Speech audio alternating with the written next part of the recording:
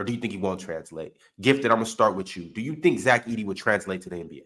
I think he'll be solid. I don't know if he's going to be as crazy as he's been in college. Obviously, the mobility is a question, but in terms of his rebounding and size, I mean, that can have a role in the NBA. Sure. I don't think he's going to come in like a massive bust or anything, but I don't think he's going to be like a crazy star player either. You can't be a bust if you're a second-round pick. That's not possible. Oh, damn. I mean, Mars would be right. Who's ever drafted a second-round pick and be like, oh, he's a bust? Like, that's never happened. So, like, he can't be a bust. You're right about that. Yeah. Swiper, will Zach Edey translate to the NBA? He'll be better than Luke Cornett. So, yes, he will be a rotation player in the NBA at some point in time. So, I think, I mean, he's at least going to be a rotation big. Yeah. So that's very positive. That's a top 0.5% player in the world, if less than that. So, I think he'll play well. All right. Chill. Yeah. And I think the stuff that he needs to learn, I think he can learn it. I mean, he can shoot the ball. I have seen that. He's actually really good in the post, and he can pass in the post too. And he can play in the mid post and in the mid range. So that translates to the pro game. So as far as him defensively, I mean, Rudy Gobert is considered the best defensive player in the game.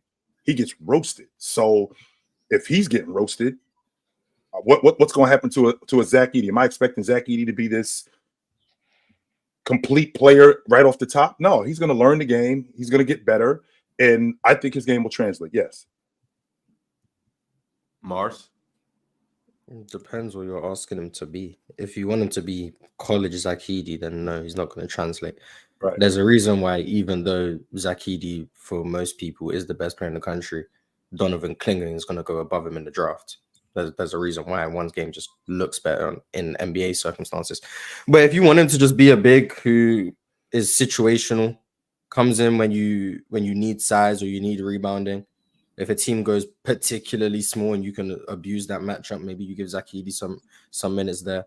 But is he going to be a starter in the league? I highly doubt it. But I mean, is he better than Boban?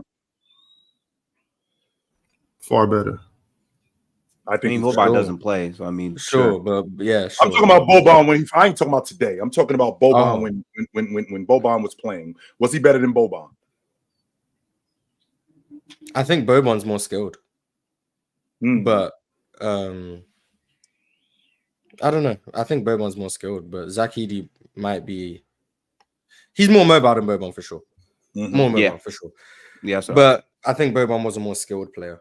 But Zach Edey he'll get drafted. I don't know where. This is a draft where maybe he does go in the lottery. I think that's a mistake, but maybe he does.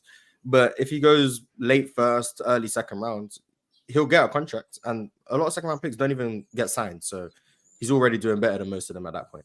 So I think he'll have somewhat of a career. I don't know how long, but I think he'll have somewhat of a career. Mars, I think you underestimating what he can do for a crew, like a good team.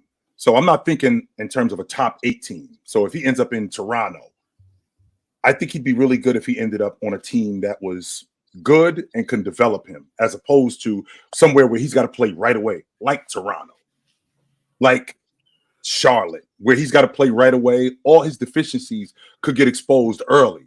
Now, he can get up and down the floor. He can knock down the mid-range. He can get on the backboard. In addition to him getting on the backboard, I think he can be one of the better rim protectors in the game. Now, in terms of his mobility, you just mentioned he's mobile. Okay, he's mobile. We could work on that. We can work on that as he gets older and as he matures. So maybe he can be better as a perimeter defender and take up more space. Maybe he could be smarter. I don't think that he's a 25 and 10 guy, but I do feel like he can definitely help a crew. I do. Big Ox, do you think he translates? Yeah, he just got to go to the right place. Yeah. I hope he just goes to a coach that, you know what I'm saying, that really knows basketball. Not some coach that's looking at it like, you know, like, oh, he can't do this, he can't do that, and just look at all the things he can do. That just uses him for that. I think he might be one of the best backup bigs in the NBA.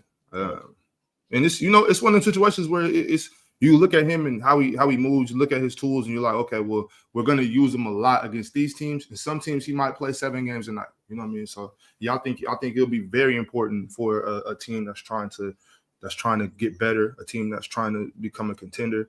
So, like I said, if he just goes to the right situation, I think he can be even better than most people think.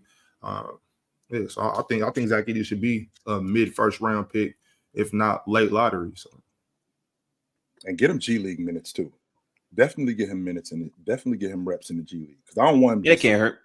I don't want him just on somebody's bench, just sitting on the bench. I don't want that. No. But people in the chat that they're saying like, oh no, he sucks. He's this. He's that. It's just like clearly trolling. Right. He's a very good basketball. If you say Zach Edey sucks or he's this or that, then you just either you really don't know what you're talking about, you really don't know what you're looking at, or you're just trolling. Those are the only options.